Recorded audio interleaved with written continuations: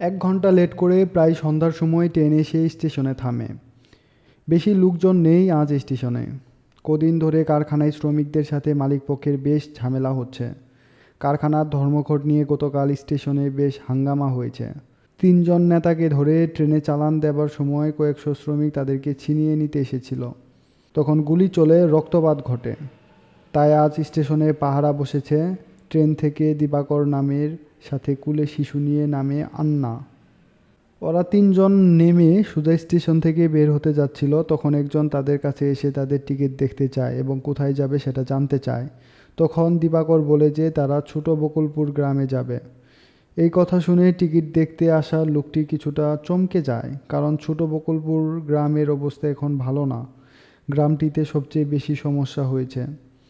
তাই পুলিশ এবং নেতৃস্থানীয় লোকেরা পুরো গ্রামটিকে ঘিরে রেখেছে। দিবাকর বলে ছোট বকুলপুরের অবস্থা ভালো না বলেই তারা এসেছে।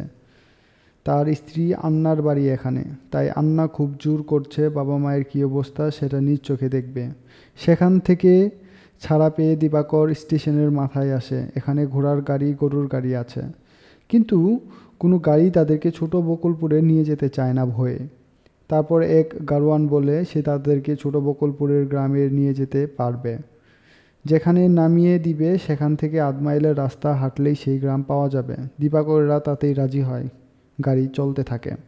যেতে যেতে দিবাকর কৌশলে গাড়োয়ানের থেকে ছোট বকুলপুরের গ্রামের ভিতরের অবস্থা সম্পর্কে সঠিক ধারণা নিয়ে নেয়। গাড়ি যখন ছোট বকুলপুরের কাছাকাছি পৌঁছায় তখন গাড়োয়ান চিন্তা করে তাদেরকে আর এত দূর নামিয়ে দিবে কেন, বরং একেবারে গ্রামেই দিয়ে আসুক।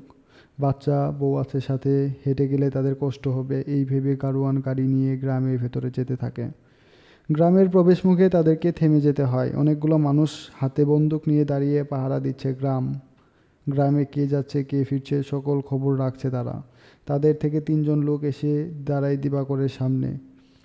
দিবাকরকে তার পরিচয় জিজ্ঞাসা করে। দিবাকর তার পরিচয় দেয়। তার নাম দিবাকর দাস, বাবা মৃত মনোহর দাস। তারা হাওড়ায় থাকে, ঘনশ্যাম বেটেন্ট কারখানায় মজুর খাটে। কিন্তু তারা বুঝতে পেরেছে শ্রমিকদের এই আন্দোলন অল্প দিনের মধ্যেই শেষ হবে না, তাই তারা এই গ্রামে শ্বশুরবাড়ি চলে এসেছে। তাছাড়া তার স্ত্রী আন্না খুব কান্না করছিল বাবা মায়ের কথা স্মরণ করে। তবে লোকগুলো দিবাকরের কথাকে বিশ্বাস করতে চায় না। তখন আন্না বলে গ্রাম থেকে কয়েকজন মানুষকে তারা ডেকে আনুক, কেউ না কেউ তাদেরকে ঠিকই চিনবে। তখন তারা দিবাকরের ব্যাগগুলো সার্চ করতে থাকে। ট্রেনে আসার সময় কুলের শিশুটি পায়খানা করে দিয়েছিল, তারা সেগুলো না ফেলে দিয়ে কাগজ মুড়ে রেখে দিয়েছিল ব্যাগের ভেতর। যখন লোকগুলো ব্যাগ হাতাচ্ছিল তখন সেই পায়খানা লেগে তাদের হাত নষ্ট হয়ে যাচ্ছিল। তারপর অনেক খুঁজেও কিছু না পেয়ে দিবাকরকে যখন তারা ছেড়েই দিবে তখন একজন খেয়াল করে যে দিবাকরের শার্টের পকেটে একটা কাগজ মুড়ে কয়েকটা বানানো পান রয়েছে। দিবাকর ট্রেনে আসার সময় কয়েকটি পান কিনেছিল, আর 3টি পান অবশিষ্ট আছে। সেখান থেকে একটা পান চেয়ে নেয় একজন, দিবাকরে একটা মুখে দেয়। পান চিবাতে চিবাতে একজন লোক লণ্ঠনের আলোতে পান মুড়ে রাখা কাগজটির দিকে খেয়াল করে। সেখানে ওই স্পষ্টভাবে লেখা রয়েছে, ছোট বকুলপুরের সংগ্রামী বীরদের প্রতি।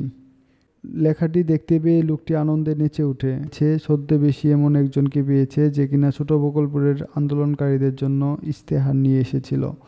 তখন সেই লোকগুলো দিবাকরকে ঘিরে ধরে তার আসল পরিচয় জানতে চায়।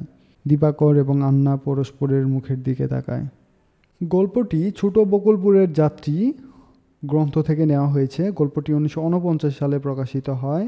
ছোট বকুলপুরের যাত্রী গল্পে রয়েছে দিবাকর, রয়েছে আন্না, সে হচ্ছে দিবাকরের স্ত্রী, রয়েছে গগন এবং রাম। মানিক বন্দ্যোপাধ্যায়ের লেখা ছোট বকুলপুরের যাত্রী গল্পটি। মানিক বন্দ্যোপাধ্যায় 1908 সালে জন্মগ্রহণ করেন এবং মৃত্যুবরণ করেন 1956 সালে। মানিক বন্দ্যোপাধ্যায় ছোট বকুলপুরের যাত্রী ছোট গল্প ছাড়াও প্রাগৈতিহাসিক সিঁড়ি, সরীসৃপ, কুষ্ঠরোগীর বউ, সমুদ্রের স্বাদ, আজকাল পরশুর গল্প, হারানের নাচ জামাই ইত্যাদি ছোট গল্প রচনা করেছেন।